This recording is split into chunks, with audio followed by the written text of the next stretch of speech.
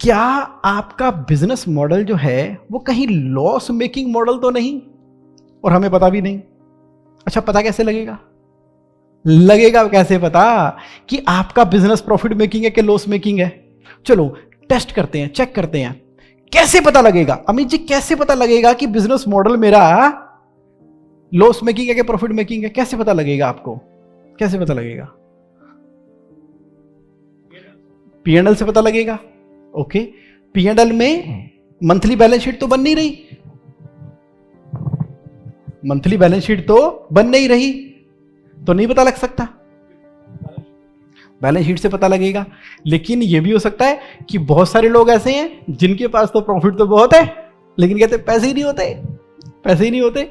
1 करोड़ का प्रॉफिट आता है, 10 करोड़ का लोन बढ़ जाता है।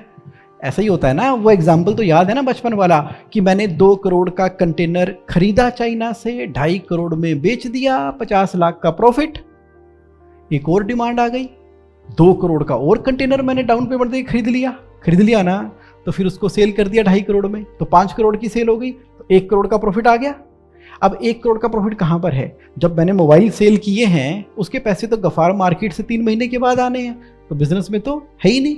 और इधर से मेरी 4 करोड़ की लायबिलिटी हो गई, और पिताजी को बोल दिया कि पापा 1 करोड़ का प्रॉफिट कमा लिया, और चश्मा के पैसे भी नहीं थे उनका बनवाने के लिए, मम्मी की दवाइयाँ लाने के भी पैसे नहीं थे, क्योंकि बैंक में तो 4 करोड़ की लोन लायबिलिटी चल रही है। और उसके बाद वहाँ से फ़ोन आ गया था, आपके मोबाइल की बैटरियाँ फट रही हैं।